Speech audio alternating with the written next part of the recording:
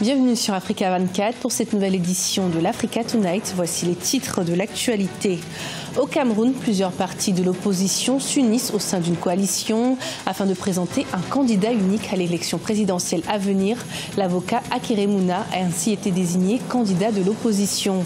Au Congo, les deux chambres du Parlement ont adopté à l'unanimité le projet de la loi Finances 2018. Celui-ci prévoit des dépenses estimées à 1602 milliards de francs CFA. Et puis les établissements privés d'enseignement supérieur au Sénégal doivent faire face à une dette de 10 milliards de francs CFA, une somme représentant la facture que leur doit le gouvernement. Celle-ci doit être réglée afin d'éviter l'expulsion de plus de 30 000 étudiants boursiers. Mais tout d'abord, en République démocratique du Congo, malgré son interdiction, le comité laïque catholique maintient la marche prévue à Kinshasa ce dimanche 21 janvier 2018. Celle-ci est organisée par le collectif à l'origine de la marche du 31 décembre qui avait été violemment réprimée par les forces de l'ordre. Les manifestants réclament entre autres une déclaration du président Kabila annonçant publiquement qu'il n'envisage pas de briguer un nouveau mandat conformément à la Constitution. Au Cameroun, 5 partis de l'opposition s'unissent au sein d'une coalition baptisée Plateforme pour la Nouvelle République. Cette union permettra de présenter un candidat commun à l'occasion de l'élection présidentielle à venir. C'est l'avocat Akere Mouna qui a été désigné pour représenter l'opposition. Reportage de notre correspondante Viviane Baoken. L'idée d'une coalition de leaders de l'opposition camerounaise semble de plus en plus se préciser. Le 15 janvier 2018, Akere Mouna, candidat à la présidentielle, a annoncé la création d'une plateforme réunissant son mouvement Now. Et à l'issue de fructueux échanges avec un ensemble de leaders de l'opposition et de la société civile, il a été désigné candidat unique de la plateforme pour une nouvelle république. Pour ce candidat à la présidentielle, l'idée de se mettre ensemble est une volonté du peuple. Mais un groupe d'opposition fort qui répond à la demande du peuple. Partout où nous partons, les gens demandent qu'on se mette ensemble. Donc cette volonté, tout d'abord, c'est la volonté des Camerounais. Et je pense que s'il y a des leaders qui pensent qu'ils pourront y aller sans prendre en compte la volonté des Camerounais, les Camerounais donc sauront quoi faire dans cette circonstance-là. Depuis 2014 et 2011, l'on a observé des tentatives manquées de fusion de l'opposition visant à présenter un candidat unique à l'élection présidentielle. Akere Mouna, activiste de la société civile depuis 30 ans, mise sur ce groupe pour une vision réussie de cette coalition. Je suis issu de la société civile, j'y suis depuis presque 30 ans. C'est un groupe de citoyens qui sont de plus en plus importants, parce qu'ils sont non partisans et ont tendance à avoir comme intérêt, n'est-ce pas, l'intérêt de tous.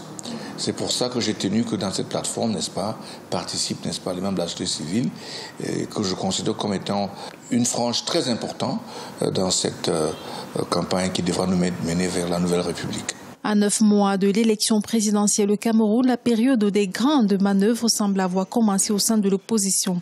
Les stratégies se mettent en place pour une opposition forte face au régime. Près de 6 ans après son exil forcé, l'ancien Premier ministre bissau-guinéen, Carlos Gomes Jr., est de retour dans le pays depuis ce jeudi 18 janvier. Ancien candidat à l'élection présidentielle de 2012, il a été accueilli par des milliers de partisans. Le point avec Marcel Farba-Maroun. Une foule en liesse pour accueillir l'ancien chef du gouvernement bissau-guinéen, Carlos Domingos Gomes Jr., jeudi soir dans la capitale Bissau. Contraint à l'exil près de 6 ans durant au Portugal puis au Cap-Vert, après le putsch du 12 avril 2012 mené par le général Antonio Inge lors de l'entre-deux tours de la présidentielle qui le donnait largement vainqueur, Carlos Gomes Jr. signe un retour triomphal dans un contexte marqué par une crise politique assez tendue. Nous, les successeurs d'Amilcar Cabral, nous devons être en mesure de diriger ce pays et de renouer le fil du dialogue entre frères que nous sommes. Quant à moi, je suis disposé à dialoguer avec mes concitoyens en tant qu'homme d'affaires. Aujourd'hui, je suis là pour me réconcilier avec mes frères et les exhorter à opter pour le dialogue. Président du PAIGC, Parti africain pour l'indépendance de la Guinée et du Cap-Vert pendant 12 ans, Carlos Domingos Jr. a été mis en cause dans plusieurs assassinats politiques et a connu des différends avec les chefs militaires. Son retour d'exil intervient quelques jours après la démission d'Oumaro Sissoko Embalo de la primature bissau-guinéenne et acceptée le 16 janvier 2018 par le président Vaz. Il s'agit d'un retour qui a été en accord avec la classe politique dirigeante, notamment la présidence de la République. Ensuite, une popularité certaine, puisque nous avons vu quelques images dans lesquelles une partie significative de la population urbaine de Bissau a salué ce retour. Il faut rajouter à ce propos que la date de retour ne paraît pas anodine. Elle a lieu le 18 janvier et nous savons que le 20 janvier est une date importante, puisque le 20 janvier 1973 sera assassiné à Conakry le fondateur et le père de l'indépendance bissau-guinéenne et capverdienne. Je parle d'Amilcar Cabral. Premier ministre de la Guinée-Bissau de 2004 à 2005, Carlos Gomes Jr. est à nouveau nommé à ce poste qu'il occupera entre 2009 et 2012, année durant laquelle il démissionne pour se présenter à l'élection présidentielle du 18 mars de la même année. Le projet de loi de finances 2018 au Congo a été officiellement adopté par le Parlement.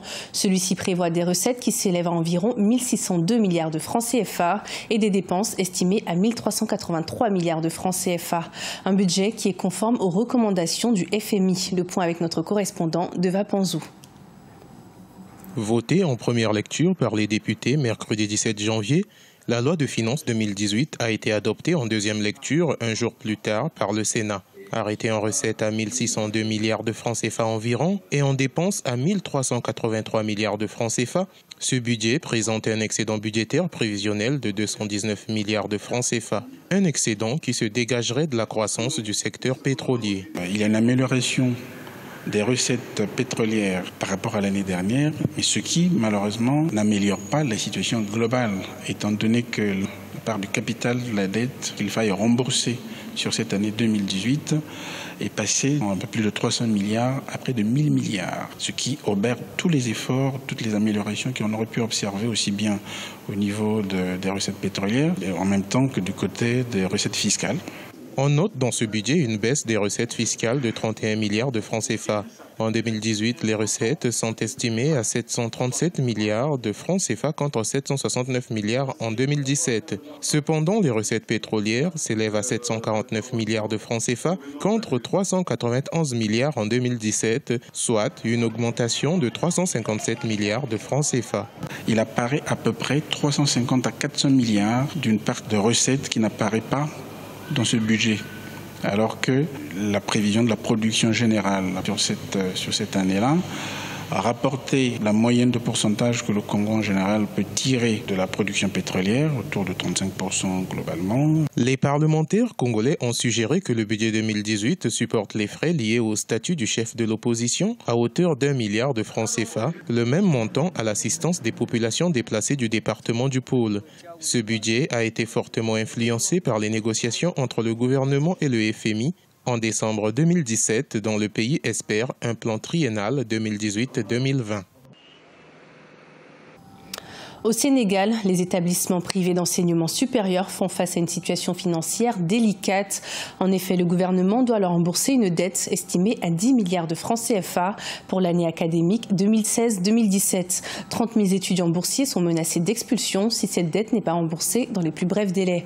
Plus de détails avec notre correspondant au Sénégal, Eladji Ndiaye. 10 milliards de francs CFA est le montant que l'État du Sénégal doit aux établissements privés pour l'année académique 2017-2018. Car depuis 3 ans, l'État ne parvient pas à régler le paiement des frais de scolarité de ses étudiants orientés dans les différents établissements privés.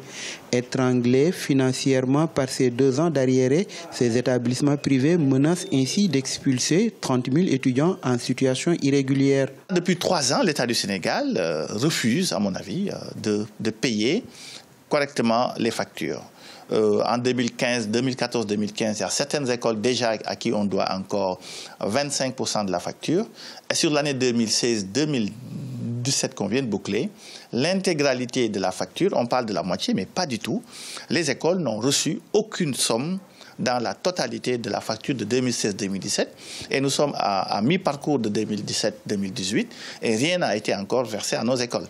Au total, l'État du Sénégal doit aux établissements privés plus de 20 milliards de francs CFA, selon le président de la conférence des universités privées du Sénégal. Les étudiants non admis dans les universités publiques et réorientés dans les différents établissements privés risquent de ne pas terminer leurs études cette année 2017-2018. Du côté du ministère de l'Enseignement supérieur, on assure que les procédures de paiement sont en cours. Il y a des efforts qui sont faits et c'est des questions de jours pour que le problème donc soit réglé. Je pense que l'exécution de cette menace ne sera pas, en tout cas on ne va pas assister, on pense qu'on ne va pas assister à l'exécution de cette menace parce que les acteurs, chacun des acteurs donc est conscient donc, du problème. Depuis 2 ans, les promesses ont toujours été ceci. Le non-paiement engendre quoi? Engendre d'abord des enseignants qui ne sont pas payés, des factures fournisseurs non payées et aujourd'hui nous sommes quasiment, à l'heure où je vous parle, dans l'incapacité d'honorer même les salaires des intervenants. Depuis 2013, l'État a opté pour l'orientation de nouveaux bacheliers dans les établissements privés. Aujourd'hui, ils accueillent sur la base des statistiques à la fermeture de l'année dernière 43 000 étudiants orientés par l'État du Sénégal. Avec la rentrée académique 2017-2018, les établissements privés recevront entre 50 000 et 60 000 étudiants. Du sport à présent avec le championnat d'Afrique des Nations de football qui se déroule au Maroc depuis le 12 janvier et jusqu'au 4 février 2018. La journée du samedi 20 janvier a été marquée par la victoire de l'Angola face au Cameroun, 1-0, mais aussi par le match entre le Congo et le Burkina Faso. Ce journal a été préparé par l'ensemble de la rédaction. Merci de nous avoir suivis. Retrouvez dans un instant une nouvelle édition de l'information sur Africa 24.